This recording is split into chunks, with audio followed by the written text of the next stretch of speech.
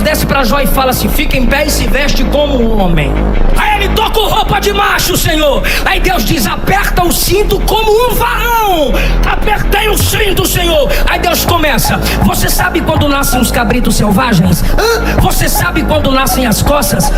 Quem deu liberdade aos jumentos selvagens? Jó está pensando. Quando ele está pensando, Deus coloca outra: quem fez eles andarem soltos à vontade? 9. Você acha que um touro selvagem vai trabalhar para você? Você acha que ele consegue passar a noite no seu curral? Como batem rápidas as asas da avestruz? Você já percebeu que a avestruz não voa como a cegonha? Você já percebeu que eu a fiz assim? Jó, por acaso foi você que fez o cavalo tão forte? Foi você que enfeitou os pescoços deles? Jó, você já viu o gavião voando? Você já viu a asa da águia se abrindo? É você que dá ordem para ela voar? Não! Onde você estava quando eu coloquei os fundamentos da terra? Onde você estava quando os anjos cantavam? Onde você está? A única resposta de Jó está no capítulo 42. Caiu de joelhos e disse: pensei eu que tudo podes, e nenhum dos teus planos podem se frustrar. Povo de Deus, a paz do Senhor Jesus. Você que trouxe um exemplar da Bíblia Sagrada, por favor, abra comigo no livro do Apocalipse, no capítulo de número 1.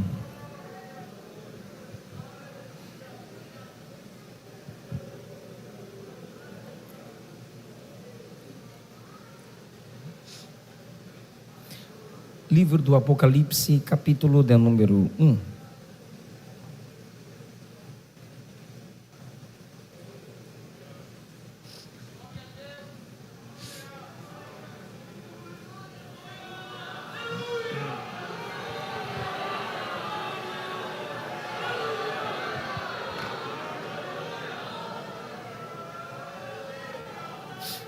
Capítulo 1, versículo de número 8, está escrito assim: eu sou o Alfa e o Ômega, diz o Senhor Deus, aquele que é, que era e que há de vir, o Todo-Poderoso. O Todo-Poderoso. Queridos, eu quero expressar a minha gratidão por estar com vocês. Mais uma vez, estivemos no centenário e agora aqui nesta linda igreja, onde Jesus tem se feito presente pelo poder real do seu Espírito Santo. Minha gratidão ao pastor José Carlos de Lima, que aqui também é meu pastor, a toda a diretoria, todo o corpo de obreiros. Meu muito obrigado pelo carinho, pela recepção. Como eu sempre tenho dito a alguns que me perguntam: pastor, como faço para melhorar as aplicações das minhas mensagens? E o meu conselho é: ouça pastores de igreja. As aplicações que os pastores de igreja fazem parte da vida cotidiana do ministério. Eles sabem do que estão falando. E assim eu tenho sido edificado através das mensagens do pastor José Carlos de Lima, como outros. Nós temos grandes homens de Deus que ainda meditam nas Escrituras Sagradas para nos pregar a palavra. Que Jesus continue te preservando com graça e sabedoria, pastor, cada vez mais. A minha geração ainda precisa muito e muito do Senhor. Queridos, minha gratidão a Deus pela vida dos meus amigos aqui, rapidamente: o cantor Emerson, o cantor Cleiton, é um prazer revê-los mais uma vez. Pastor Denis, missionária Carla, instrumentos de Deus para a nossa nação. Josenildo está por aí trabalhando mais uma vez. Meu muito obrigado pelo carinho e pelo esforço. Obrigado, meu amigo, que Jesus te prospere cada vez mais. Obrigado, viu, querido? Por favor. Obrigado. Que bom. Queridos, nessa noite eu quero falar com vocês sobre a onipotência de Deus. Oni vem do latim todo, potência, poder, autoridade, poderio, domínio. O atributo é uma característica distintiva da natureza divina. O atributo é uma característica do ser divino. Ou seja, Deus não é poder, Ele tem todo poder. Os atributos de Deus devem ser distinguidos, separados de sua essência, porém, elas o identificam, ou eles, os atributos, o identificam, o apresenta para nós.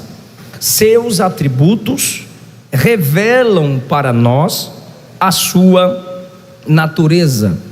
E eu quero me valer desse atributo, a onipotência divina, para pregar a palavra de Deus a vocês.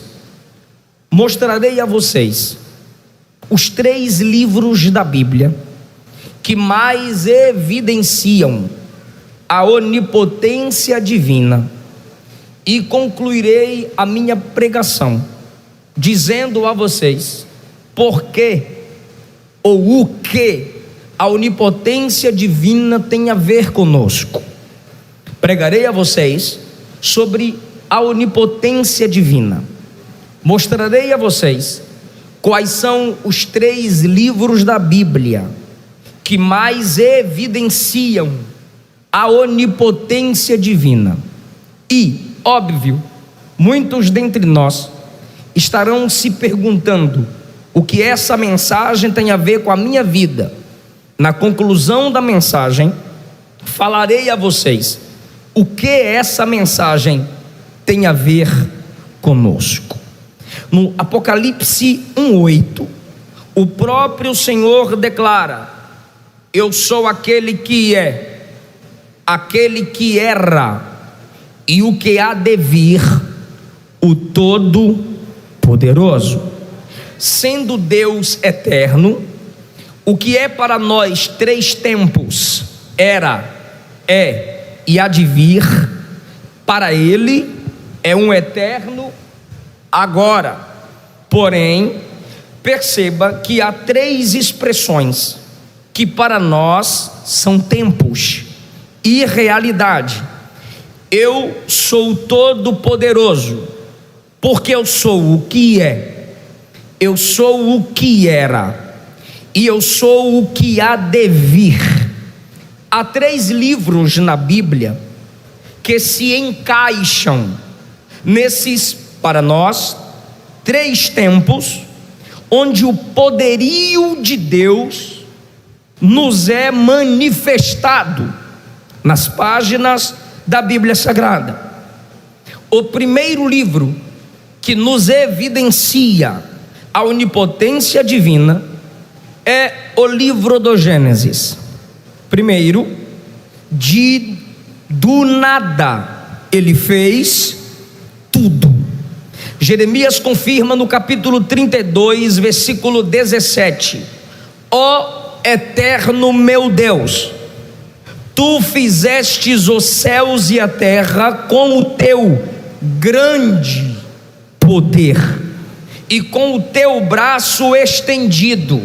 Nada é impossível para ti.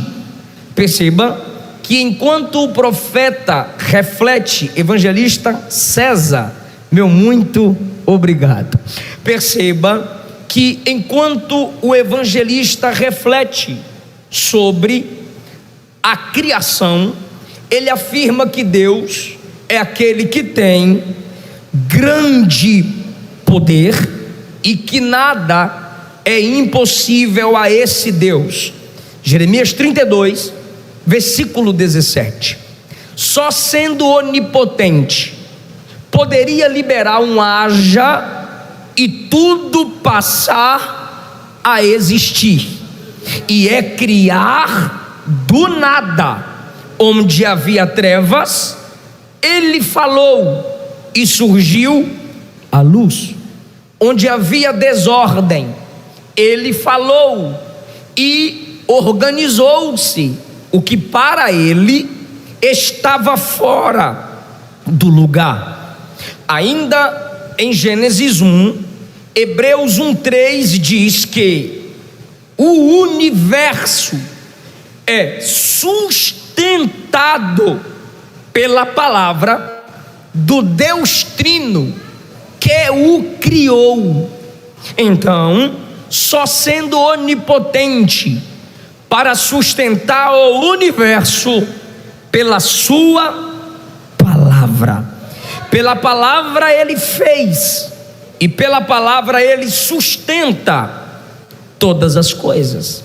A segunda evidência da onipotência divina, no livro do Gênesis 17:1, sendo Abrão da idade de 99 anos, apareceu-lhe o Senhor e lhe disse: eu sou o Todo-Poderoso, anda em minha presença e sê perfeito.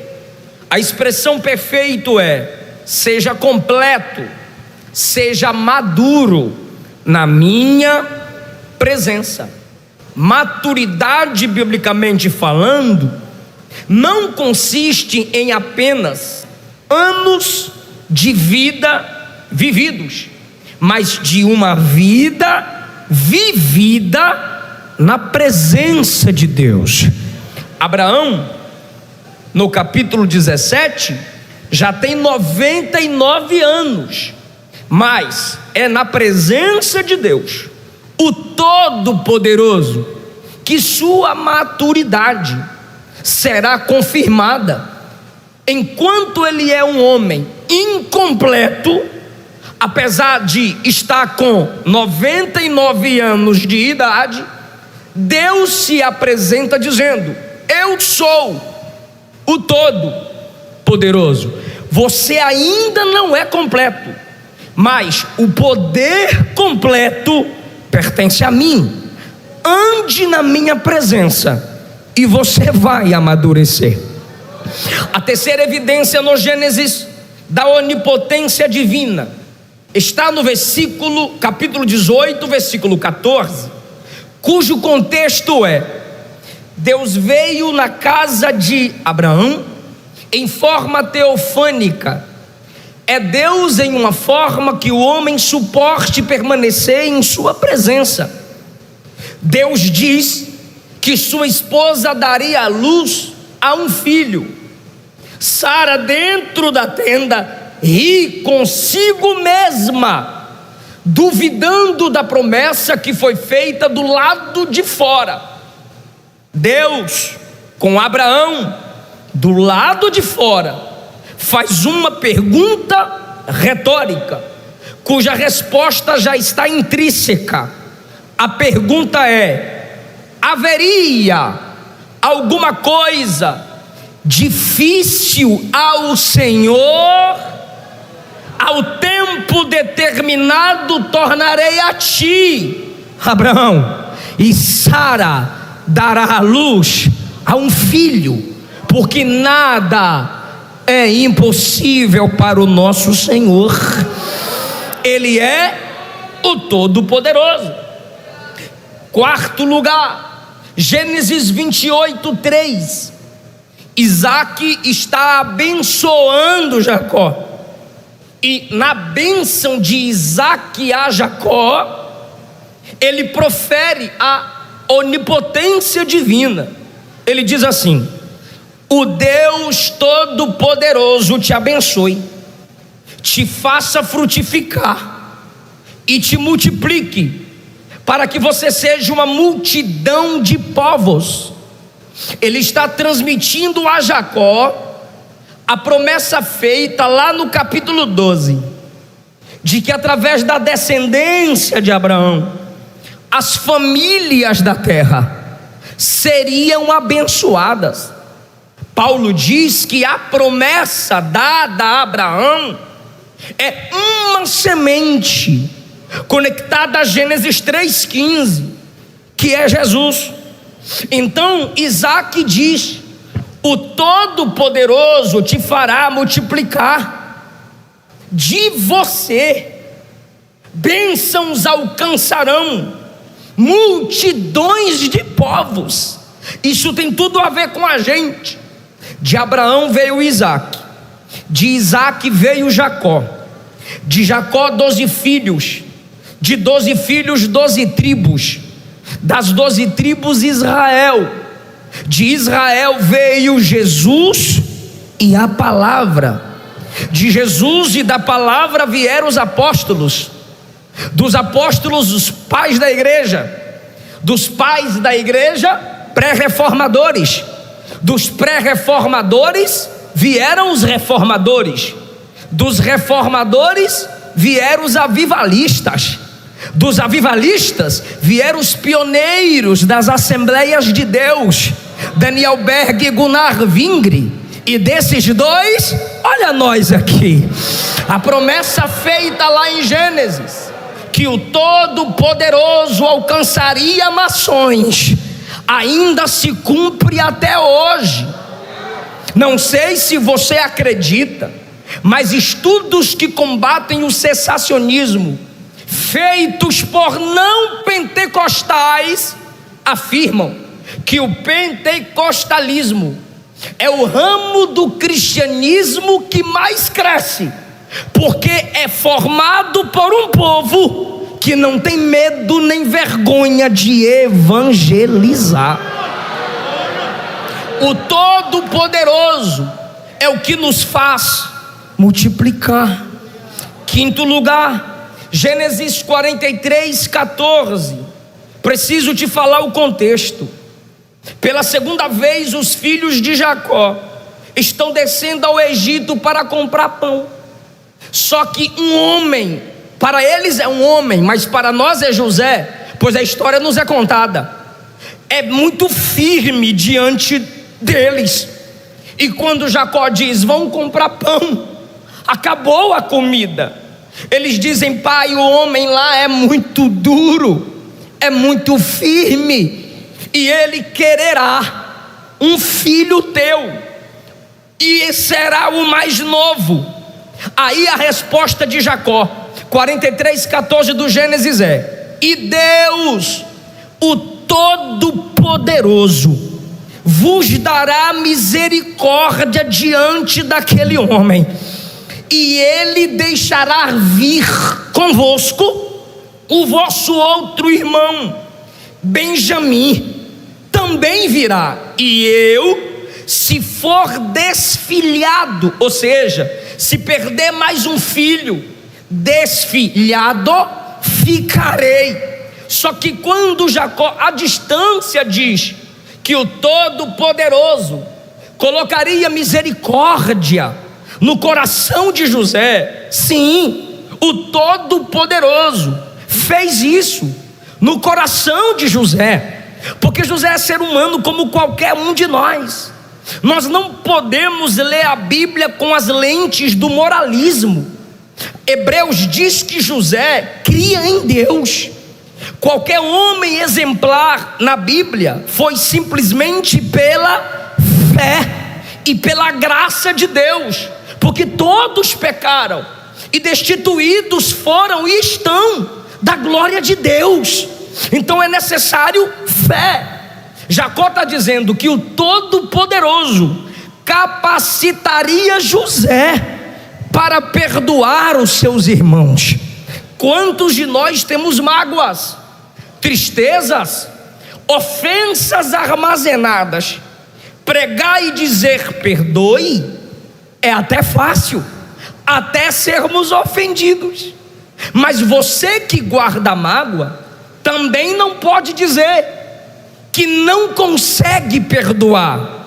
Consegue, pastor, consegue. Você tudo pode naquele que te fortalece.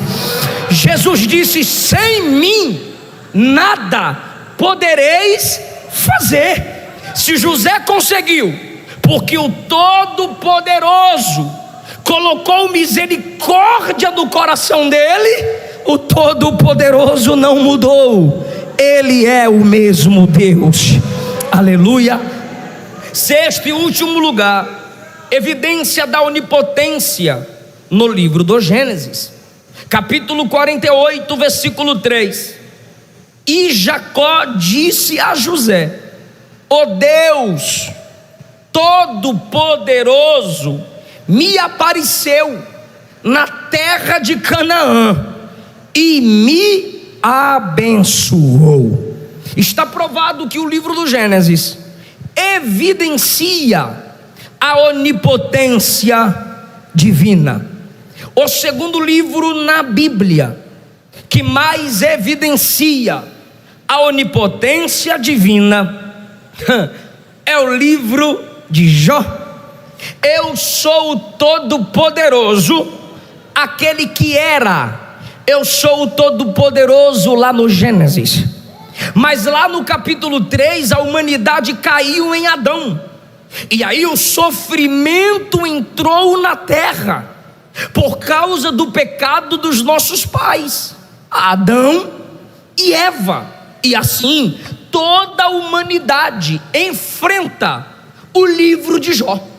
Toda a humanidade sabe o que é sofrer. Então nós estamos no tempo do é. O que é o tempo do é? É o tempo do sofrimento. Você pode sorrir, claro. Você pode cantar, claro. Você pode contar um milagre, claro. Mas nada disso é eterno. Tudo isso são vislumbres que, pela misericórdia de Deus, você tem do que será na eternidade. Mas Ele é o Todo-Poderoso que era no Gênesis, antes do pecado. Pastor, e depois do pecado? E nós que vivemos na condição de sofrimento, ainda que não comparada particularmente a Jó, mas todos nós compartilhamos de sofrimentos. Quem é Deus? Eu sou o Todo-Poderoso que era. Eu também sou o Todo-Poderoso, aquele que é. Ou seja, no livro do sofrimento, a onipotência divina se manifesta. Jó 6:4. Olha o que Jó diz: as flechas do Todo-Poderoso estão em mim, cujo ardente veneno suga meu espírito. Os terrores de Deus, os terrores de Deus se armam contra mim. Vou usar esse versículo quase na conclusão das evidências da onipotência em Jó. Segundo lugar, capítulo 8, versículo 5. Os amigos de Jó agora pregarão. A teologia dos amigos de Jó não é tão ortodoxa, mas há verdades, no plural, na teologia dos amigos de Jó, apesar do alvo da mensagem estar equivocado, ou o alvo ser errado. Ou seja, muita coisa que eles falaram a Jó não era para Jó, mas não deixa de ser verdade. Jó, capítulo 8, versículo 5, olha os amigos de Jó pregando a ele: se na madrugada você buscar a Deus, o Todo-Poderoso, pedires misericórdia, Ele te ouvirá. Mas parece que eles não conheciam Jó direito. O capítulo 1 diz que Jó se levantava toda madrugada e orava a Deus. Mas é verdade, quem ora de madrugada sabe, já experimentou que Deus é o Todo-Poderoso. No versículo 7, os amigos de Jó disseram algo interessante: o teu princípio, na verdade, terá sido pequeno, porém o Todo-Poderoso fará com que o seu último estado cresça em extremo. Sem saber, uma profecia estava sendo liberada, porque o último estado de Jó, sim, foi maior do que o primeiro, porque o Deus de Jó é o Deus que é o nosso Deus, o Todo-Poderoso.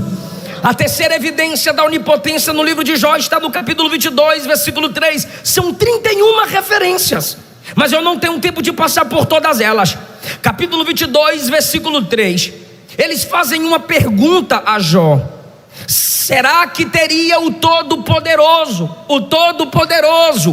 prazer em que tu sejas justo? É claro que sim. E eles continuam: teria o Todo-Poderoso algum lucro em que tu se faça perfeito em seus caminhos? É óbvio que não. O homem sendo santo, Deus é santo, e o homem sendo pecador, Deus permanece sendo santo. Mas eles evidenciam mais uma vez: Ele é o Todo-Poderoso. Quarto lugar, Jó 22:15. Eles fazem uma pergunta assustadora: Jó, você quer andar nos caminhos que os maus seguem? 16. Jó, eles morrem de repente, como se fossem levados por uma enchente.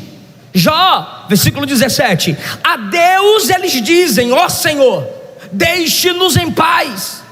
E eles comentam: o que pode o Todo-Poderoso fazer em nosso favor?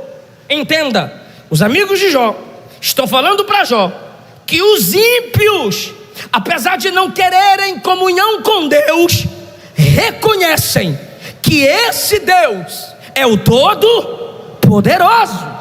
Versículo 18, eles concluem e dizem: foi Deus quem encheu de coisas boas a casa dos maus. Ou seja, o ímpio pode crescer do jeito que for, pode prosperar do jeito que for, e às vezes nós olhamos para o ímpio e perguntamos: Deus, por que eles não sofrem como eu? Por que eles não passam as lutas que eu passo? E a resposta é: o Todo-Poderoso é quem permite.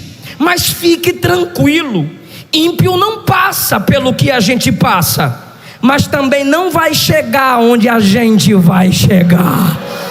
Ímpio que não tem comunhão com o Todo-Poderoso, como diz lá na Bahia, costuma ralar bucho a noite toda. Ímpio pensa que a vida é só festa. Viva a vida e seja feliz. Crente sabe que não. Crente sabe que é luta. Crente sabe que no mundo temos aflições. Crente sabe que choramos, mas a diferença é enorme. Qual é a diferença, pastor? É que mesmo com sofrimento, o atributo da onipotência divina nos consola. O atributo da onipotência gera-nos confiança e nos firma em Deus, e nos faz olhar para o mundo e dizer: a alegria de lá não merece me receber lá, a tristeza daqui não vai me tirar daqui. Por quê? Porque a alegria de lá é passageira, e quando a trombeta tocar, vai se transformar em tristeza eterna. A tristeza daqui é passageira, mas quando a trombeta tocar, foi Jesus que disse: o mundo se alegrará e vós chorareis, mas um dia a vossa tristeza se transformará em alegria. Eu não sei se você vai entender isso, mas eu preciso dizer: o mundo canta muito e a igreja precisa orar mais. Mas depois do arrebatamento, a igreja não vai precisar orar. Quem vai orar será o mundo. E vão clamar, vão pedir misericórdia, vão pedir socorro, mas estarão banidos eternamente no lago de fogo. Enquanto a igreja não vai precisar orar, só vai cantar, só vai agradecer, porque viverá eternamente na presença do Todo-Poderoso. aleluia. A quinta evidência, Jó 22, 23. Olha o que eles dizem. Se puder colocar só um pouquinho de volume para mim, eu agradeço. Olha o que eles dizem a Jó: se te voltares ao Todo-Poderoso, está chamando Jó de desviado. Se te voltares ao Todo-Poderoso, serás edificado. Se afastares a iniquidade da tua tenda, ele te honrará. Peraí, se você já leu capítulos 1 e 2, Jó se levantava na madrugada para orar pelos seus filhos, com medo dos filhos pensarem em pecar. Ele se antecipava ao pensamento do pecado, porque ele não aceitava a iniquidade na tenda dele. Ele oferecia sacrifícios pelos filhos. Quando a mulher falou sem sabedoria, ele a corrigiu e disse: como fala uma tola, você também fala, mulher. Receberíamos o bem de Deus e não o mal. Jó não aceitava a iniquidade na tenda dele. Mas olha o que os amigos dizem: se te voltares ao Todo-Poderoso e se afastares a iniquidade da tua tenda, tu serás edificado. Olha o que eles dizem no capítulo 22, versículo 24: se você colocar o seu tesouro no pó, o Todo-Poderoso será o seu tesouro e prata acumulada, então tu te deleitarás no Todo-Poderoso. Não, Jó não amava o dinheiro, Jó não amava as riquezas. Quem havia dito isso de Jó foi o próprio Satanás. O diabo disse a Deus: tira tudo que ele tem, toca na riqueza dele e ele vai blasfemar contra ti. E Deus disse: vai, toca em tudo que ele tem e verás que ele é um homem fiel. O diabo vem e tira tudo de Jó. E o que Jó disse? Tudo que eu tinha era de Deus.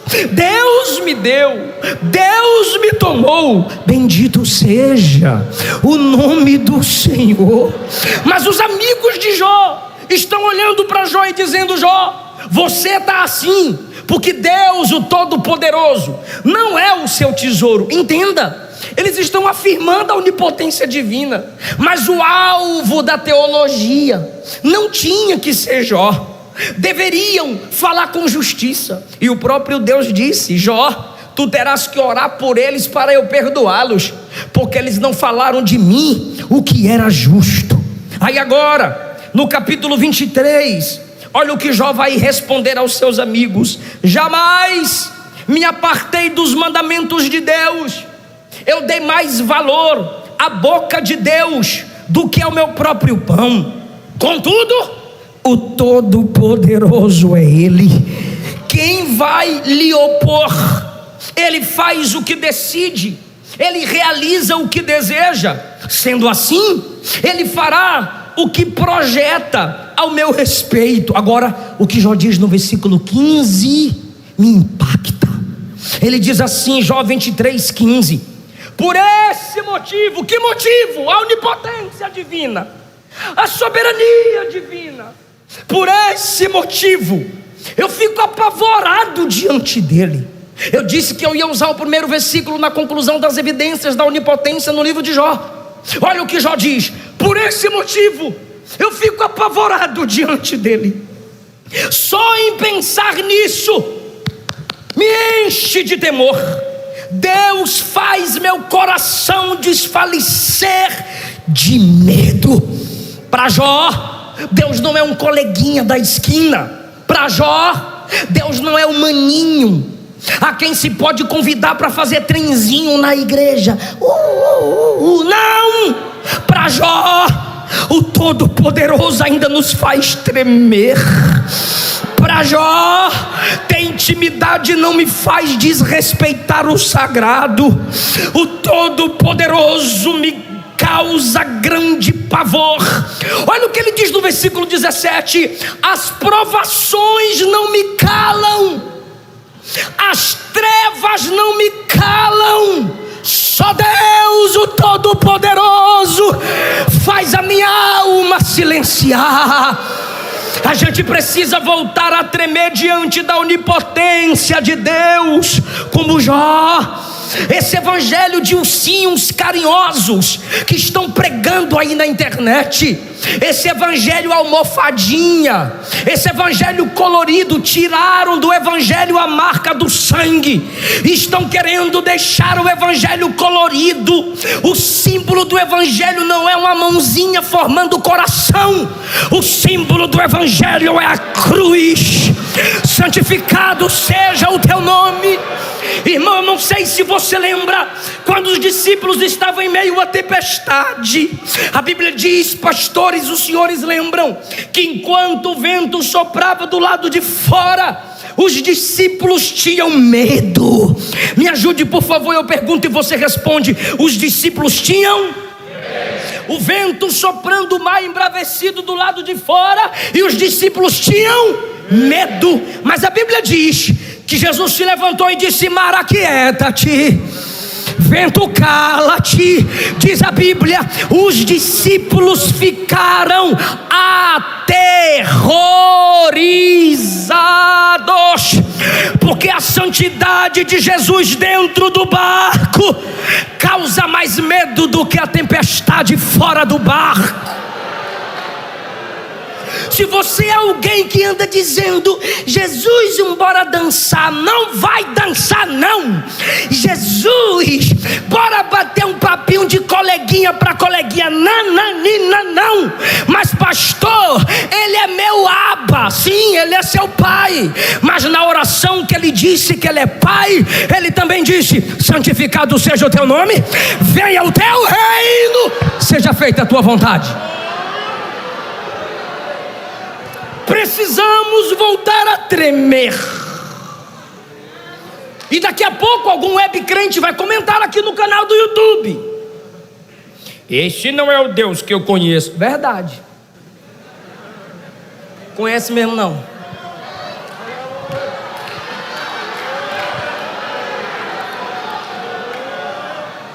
Mas esse é o Deus do Antigo Testamento. Pregue o Deus do Evangelho. Irmão, Deus já sabendo disso, no último livro do Antigo Testamento ele diz: eu, Senhor, não mudo.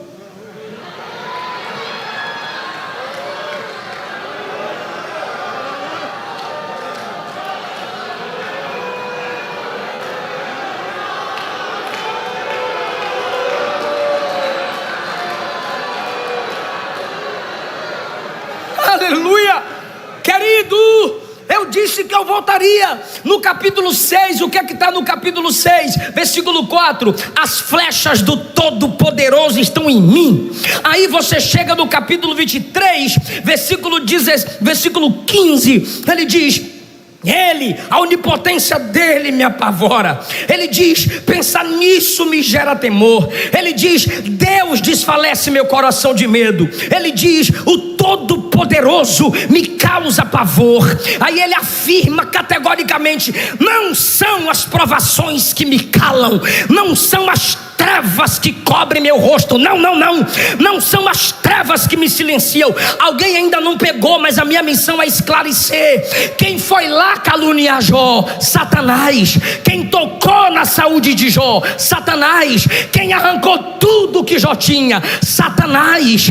Quem fez a história dele ser humilhada? Satanás. E enquanto Jó sofre, eu imagino o diabo dizendo: é agora. Murmura, desvia, blasfema, fala que sou eu, fala que está no meu controle, fala que eu tenho poder. Aí Jó abre a boca e diz: não são as trevas que me calam, não é o diabo que me cala, é o Todo-Poderoso.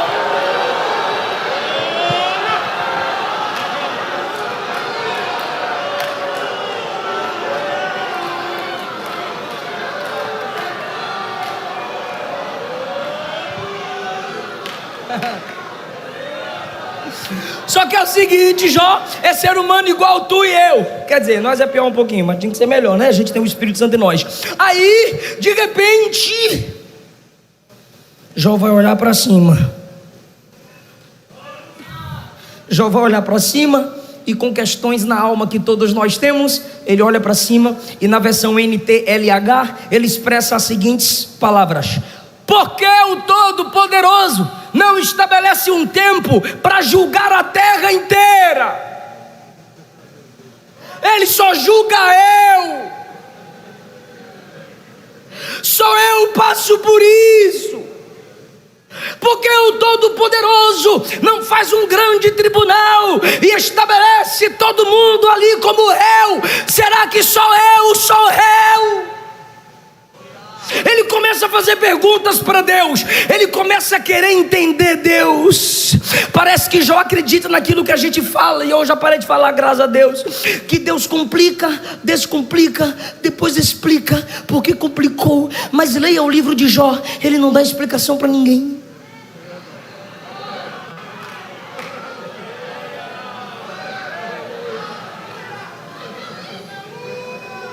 Por quê? Porque ele é o Todo-Poderoso. Jó está fazendo perguntas. Jó está fazendo o que, jovens?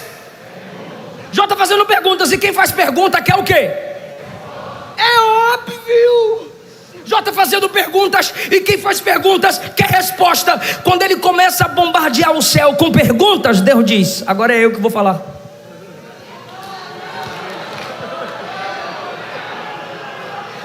Falou o capeta, falou tua mulher, falaram teus amigos, falaram você e eu estou calado. Só que agora você olhou para cima e está querendo me entender, está querendo me compreender, está querendo me colocar dentro dessa caixinha chamada cérebro, que fui eu que fiz. Então tá bom, já que você quer tentar me compreender, eu vou te fazer algumas perguntinhas básicas. E se você conseguir tentar pensar para ver se dá para me responder, aí dá pra gente bater o papo. Deus desce do capítulo 38 e 39 e precisa falar isso para uns varões aí. Deus desce para Jó e fala assim: fica em pé e se veste como um homem.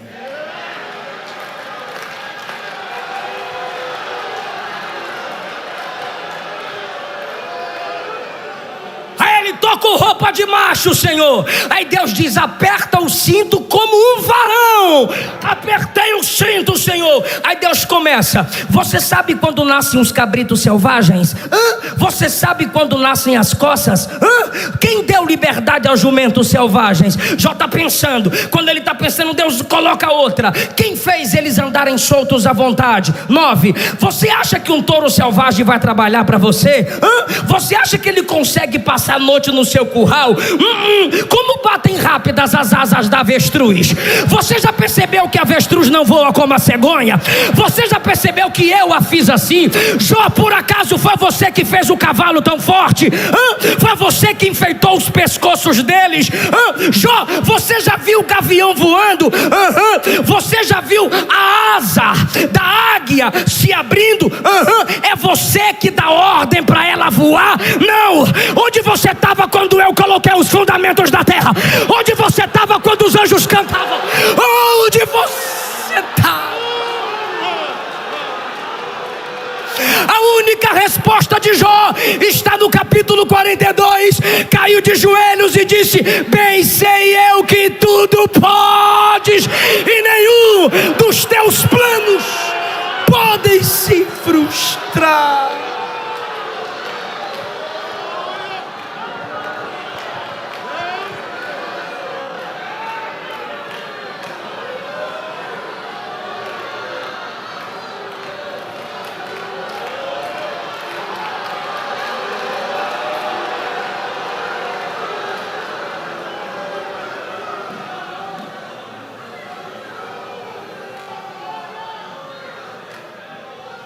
Ele é o Todo-Poderoso. Você não vai entender. Só não desiste. Dói. Mas o que ele disse a Pedro, ele fala para alguém aqui: tu não entendes agora, mas depois entenderás. Porque a eternidade vai ser um brado de respostas ao silêncio de Deus na terra.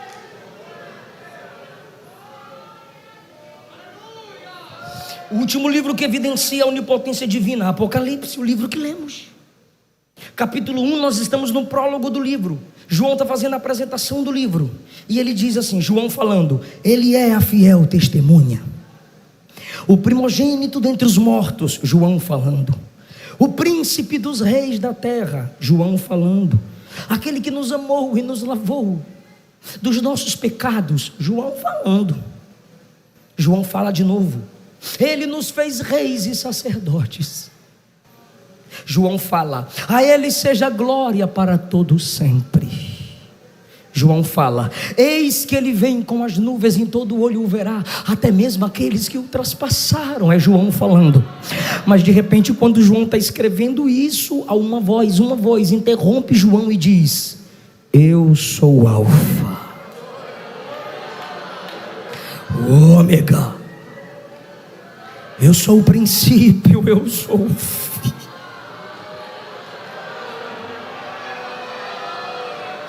Eu sou aquele que é, que era e que há de vir. Eu sou o Deus no sofrimento. Eu sou o Deus no Gênesis, jardim sem sofrimento. Mas eu também sou o Todo-Poderoso no Apocalipse, aquele que há de vir. A segunda evidência da onipotência divina no Apocalipse está no capítulo 5, versículo 6. Olhei, e eis que estava no meio do trono e dos 4 animais viventes, e entre os anciãos, um cordeiro. Ele é o Todo-Poderoso, mas assumiu a humildade do cordeiro para morrer minha morte, para que possamos viver a vida dele. E esse cordeiro, como havendo sido morto, porque Jesus está no céu, mas ainda tem a marca da cruz. E ele tem 7 chifres. Apocalipse é um livro simbólico, então mostra um cordeiro com 7 chifres, porque o chifre é a força do animal. E ele tem 7 chifres, número da perfeição, porque ele tem o perfeito poder. A terceira evidência do Apocalipse está no capítulo 16, versículo 7. Ouvi outro do altar dizer, na verdade, ó Senhor Deus Todo-Poderoso, os teus juízos são justos e verdadeiros. Quarto lugar, Apocalipse 19, 6. Vi uma voz de uma grande multidão, como voz de muitas águas e como voz de trovão, que dizia, aleluia, o Todo-Poderoso reina. Apocalipse 19, 15. Da sua boca saía uma espada aguda, para ferir com ela as nações, e ele regerá nas nações com vara de ferro, e ele mesmo é o que pisa o lagar, ele, Jesus, é o que pisa o lagar do furor, da ira do Todo-Poderoso, que não se submete ao poderio de Jesus para ser salvo, vai ter que ser submetido ao poderio de Jesus para ser esmagado. Juntamente com quem, pastor? Juntamente com Satanás. Romanos 16. O Deus de paz esmagará Satanás debaixo dos pés da igreja. Pastor, o que isso tem a ver com a minha vida? 3 lições eu assento. Primeiro, onipotência não significa onicasualidade, ou seja, saber que Deus é o onipotente, o todo-poderoso, não significa dizer que aleatoriamente em todos os tempos Deus está sendo a causa de todas as coisas. Não é porque Ele faz tudo, não é porque Ele pode tudo que Ele faz tudo, excluindo expressões inferiores de poder. Isso é panteísmo, em última análise sendo Deus o único agente, de modo que todas as energias e ações são dele. O mundo é criação de Deus, e nas suas expressões Deus deu liberdade, capacidade cognitiva a homens para plantarem e colherem.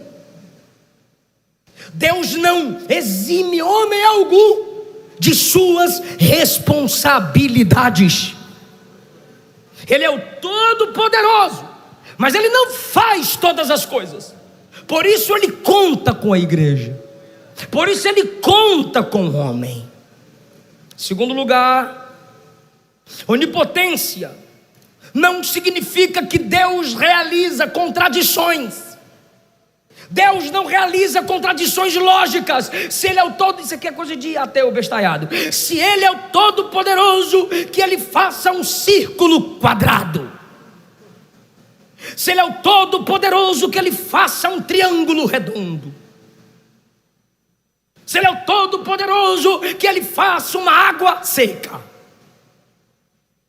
Onipotência não significa que Deus possa fazer qualquer coisa que fira seus princípios.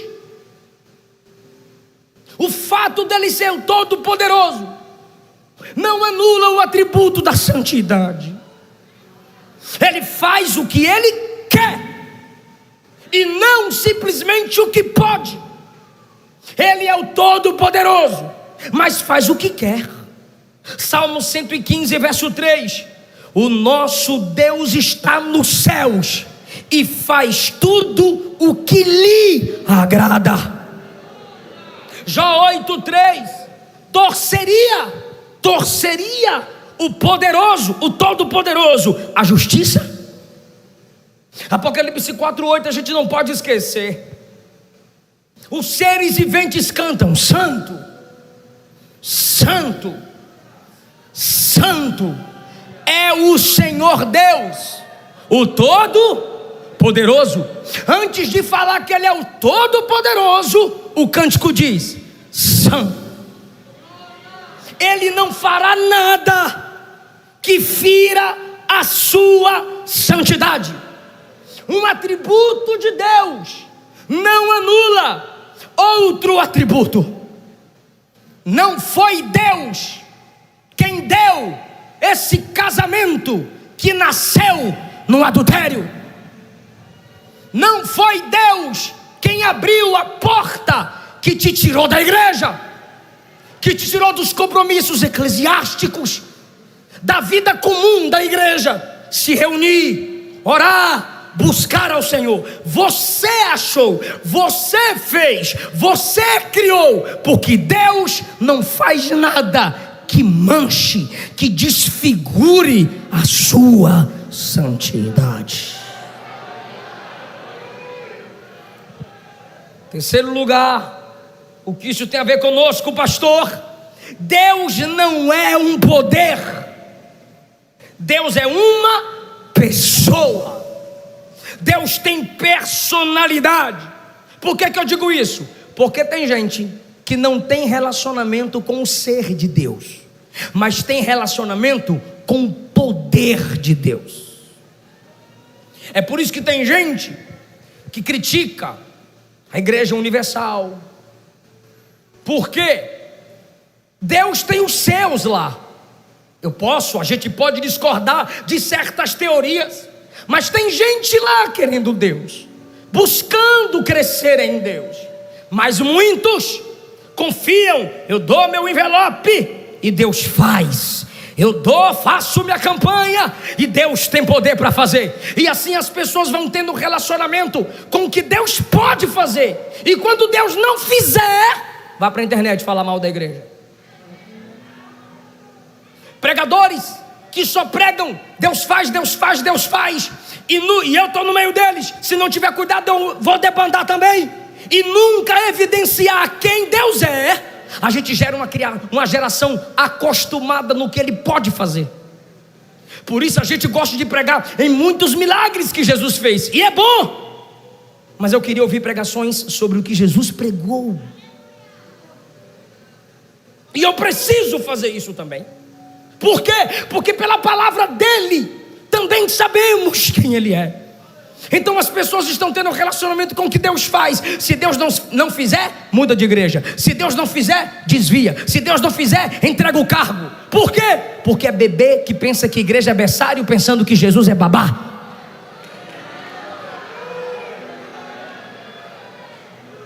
Vai acontecer porque tem que acontecer, porque Ele é Deus de poder. Ele é Deus de poder, mas Ele só faz o que quer na hora que quiser. Todo poderoso é Ele. Então, Cuidado! Olha a diferença do relacionamento com o poder e com a pessoa. Salmo 103:7. Deus revelou seus caminhos, no plural, a Moisés, e a Israel as suas obras poderosas. Israel só sabia o que Deus fazia depois que Deus já tinha feito. Moisés não. Moisés sabia o que Deus ia fazer, quando iria fazer e por que Deus iria fazer. Por quê? Porque Moisés tem relacionamento com a pessoa. Quem não tem relacionamento com a pessoa de Deus, diz assim, ó: eu faço a campanha e acontece. Vai lá, é só dar um envelope, não precisa ser crente não. Mas é só fazer a campanha lá no culto do fogo, do corredor, da chave, da vassoura, que o negócio acontece. Deus é poder, amiga. Isso é gente que não tem relacionamento com Ele. Quando se tem relacionamento com Ele, o exemplo está em Mateus capítulo 8, versículo 2. Aproximou-se um leproso, se prostrou e disse: Senhor, senhorio, se tu quiseres vontade, tu podes. Onipotência. Se tu quiseres, tu podes. Ele está dizendo: eu não duvido do seu poder, eu só duvido da vontade. Poder não, porque se o Senhor quiser, o Senhor pode. E se o Senhor não quiser, continua podendo, só não quis fazer. Relacionamento com a pessoa.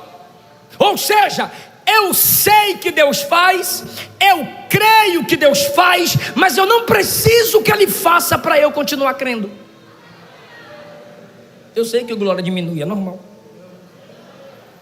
Último exemplo de que o relacionamento tem que ser com a pessoa e não com o poder. Marcos capítulo 5. Um príncipe da sinagoga chamado Jairo veio a Jesus e disse: Senhor, vem comigo, coloca sua mão na minha filha, para que ela sare e viva. E diz o texto: Jesus foi com ele para a casa dele, para curar a filha dele. Aí vem uma mulher.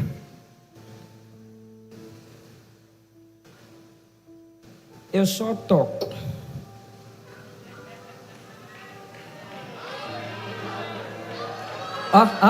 Jairo quer ser crente. Vem na frente de todo mundo, fica de joelho, ainda ora, ora no meio da rua para todo mundo ver. Não precisa dessas coisas, eu só toco. Aí vem por trás da multidão e toca. Quando ela tocou, ela sentiu no corpo estar curada. Sentiu, e nem tudo que você sente é verdade. Sentiu estar curada, porque o sangue estancou. Quando ela recebe o poder que começa o processo de cura, ela diz: já recebi. Com licença, com licença, com licença, eu estou indo embora daqui, com licença, eu não preciso ficar aqui, com licença, deixa eu ir para casa que eu sou crente secreto, eu sou crente 007, já recebi minha bênção mesmo, para que eu vou ficar lá no meio deles? E enquanto ela está indo embora, Jesus pergunta: quem me tocou? Quem me tocou? Porque eu senti que saiu poder. Recebeu poder, mas não quer relacionamento comigo. Aparece. Quem me tocou? Aparece. Eu imagino Pedro perguntando: o senhor está bem? A multidão está te apertando, o senhor está perguntando quem tocou? Se Jesus fosse nordestino, Jesus diria: eu não perguntei quem apertou, perguntei quem tocou. Quem me tocou? Porque eu senti que saiu virtude de mim. E ela: com licença, com licença, com licença, mas não dá mais para mover, porque a multidão também parou. E Jesus está perguntando: cadê você? Recebeu, mas não quer relacionamento? Recebeu a bênção e foi embora? Recebeu o milagre e sumiu da igreja? Ganhou os votos que queria e nunca mais votou nem para agradecer? Fez a campanha, o pastor orou e você nunca mais honrou a igreja? Pediu oração, o milagre aconteceu, mas você nunca mais foi cultuar? Cadê você? De repente, diz o texto, a mulher trêmula, côncia do que nela se operara, veio, tá aprendendo a bichinha, se chegou, agora, se prostrou e disse: Senhor, fui eu. Olha o relacionamento. filha.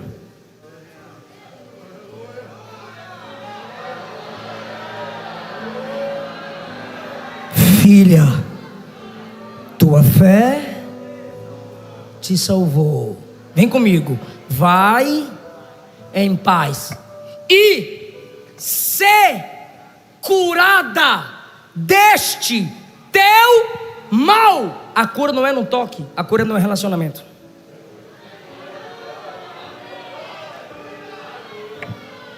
A cura completa é quando você se submete à minha palavra, na minha presença, em relacionamento comigo. Se você vive a vida de pecado, pode fazer quanto sinal da cruz tu quiser, Deus não é teu Deus. Se você vive na vida de pecado, se você não abre mão desse mundo, não se arrepende e fica colocando frasezinha no Facebook, serva de Deus, não é não, não é não. Deus é pai, todo mundo é filho de Deus, não é não. Deus tem filhos por criação, anjo, filho por formação, homem, filho por eleição, Israel, e filhos por regeneração. A igreja, só quem nasceu de novo e confessou Jesus como Salvador, só. E desses que eu citei, só é filho de Deus para salvação quem é filho por regeneração, quem nasceu de novo, quem nasceu pela ação do Espírito no seu espírito. Se você nunca abriu mão da vida de pecado, nunca renunciou nada, não reconheceu que Jesus é o único Senhor e Salvador, e que você é digno de juízo, é pobre, miserável, cego e nu, condenado ao inferno debaixo da ira de Deus, você pode ser admirador de crente, a trombeta toca, você fica. Você pode gostar dos hinos do Cleito e do Emerson, vai para o inferno do mesmo jeito. Pode gostar da pregação do coach que fala de Jesus, mas vai para o inferno do mesmo jeito. Se torne filho de Deus se o Espírito Santo gera em você desejo de arrependimento. Fique em pé comigo, por favor.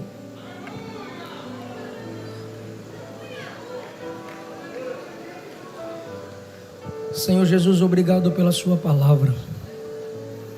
Obrigado pela sua igreja. Obrigado porque aqui tem gente que te ama e quer ter um relacionamento contigo, e não apenas com o que o Senhor pode fazer. O Senhor pode tocar onde não tocamos.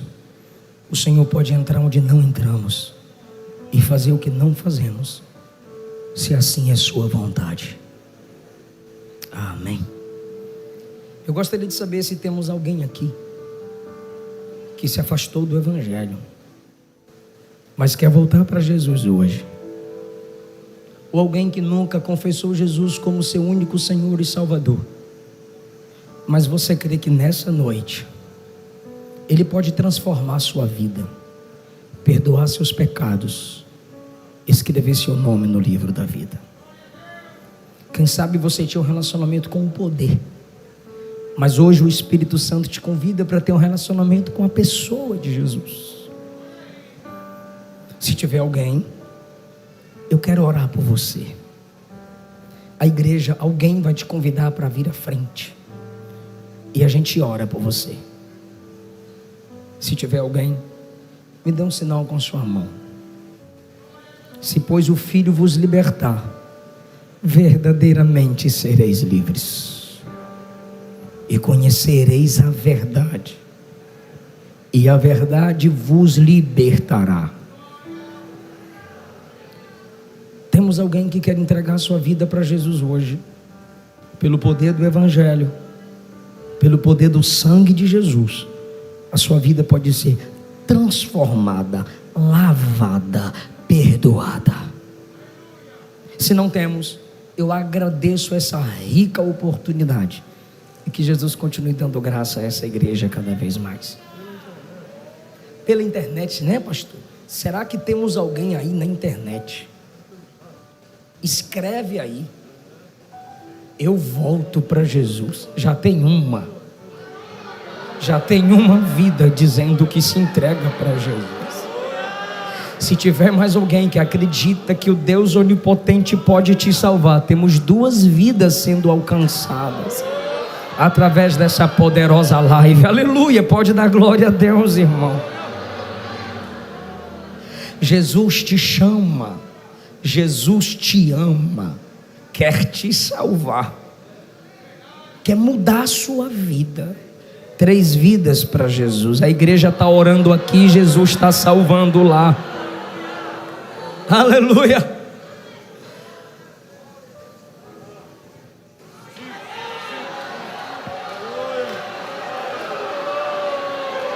Não há nenhum outro nome dado entre os homens pelo qual devamos ser salvos. 6 vidas para Jesus.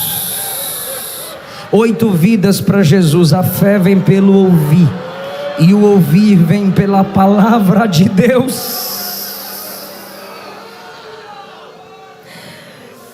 Se com teu coração, 9, se com teu coração creres, e 11, está escrevendo aí que está se entregando para Jesus. Se com teu coração creres e com tua boca confessares que o Senhor Jesus, o ressuscitado dentre os mortos, é o Senhor, serás salvo. Jesus pode salvar na sua casa, através da sua vida. Você que está nos assistindo, você pode ser o instrumento de Deus para a salvação do seu lar. Atos 16 diz: crê no Senhor Jesus Cristo e será salvo tu e a tua casa. Atos capítulo 10 diz que o Espírito Santo salvou e encheu toda a casa de Cornélio. Então acompanha a pessoa, traga ela para Jesus. Isso, chore mesmo, abaixe a cabeça mesmo em humildade, porque o Todo-Poderoso é Ele. Mais uma pessoa na live do líder de Fortaleza. Aleluia, aleluia. Isso, meu filho, vem para Jesus. Jesus está na casa, Ele é o Todo-Poderoso. Aleluia. Pastor, se Deus é onipotente, por que vocês insistem? Primeiro, Paulo disse, ele rogava aos homens que se reconciliassem com Deus. Se Paulo roga, imagine nós. Segundo, Ele é onipotente e a gente ama. Vem para Jesus. Vem para Jesus. Vem para Jesus. Papai te ama, papai te chama, quer mudar a sua vida. Deixa eu falar aqui para a igreja dar mais um glória a Deus. Quantas vidas ao todo na live aqui? Já passou, o irmão fez assim, já passou de 15 já. Oh, glória a Deus, aleluia. Vai aumentando o negócio, Jesus. Queridos, você pode estender as mãos para cá, igreja. Vamos orar enquanto Jesus está salvando. Pai, obrigado porque pelo poder da palavra, pelo poder do evangelho, músicas cantadas que te entoaram louvores, a palavra pregada exaltando o seu ser através do seu atributo da onipotência. Vidas estão reconhecendo que só o Senhor pode salvar e transformar a vida do homem. Aqui está um jovem e na internet tem outras pessoas. É o Henrique. O Senhor toca no Henrique. O Senhor escreve uma nova história para a vida do Henrique. Henrique, eu vou falar aqui, você, Henrique, e as pessoas na live vão se prostrar diante de Jesus, ou vão abaixar a cabeça, ou se estiver dirigindo, não abaixa a cabeça não, pode orar de zóio aberto, mas você confessa e fala o que eu disser aqui, juntamente com o Henrique. Eu oro e vocês repetem de onde vocês estiverem, só o Henrique e as pessoas que estão aí querendo receber Jesus como único Senhor e Salvador. Por favor, Henrique, diga após mim: Senhor Jesus, eu te recebo pela sua graça como meu único Senhor, Senhor e Salvador. Perdoa meus pecados, escreve meu nome no teu livro e me recebe na sua igreja. Amém. Pode dar glória a Deus que Jesus ainda está salvando. Obrigado. Baixe nossos conteúdos gratuitamente. Acesse pelo link na descrição.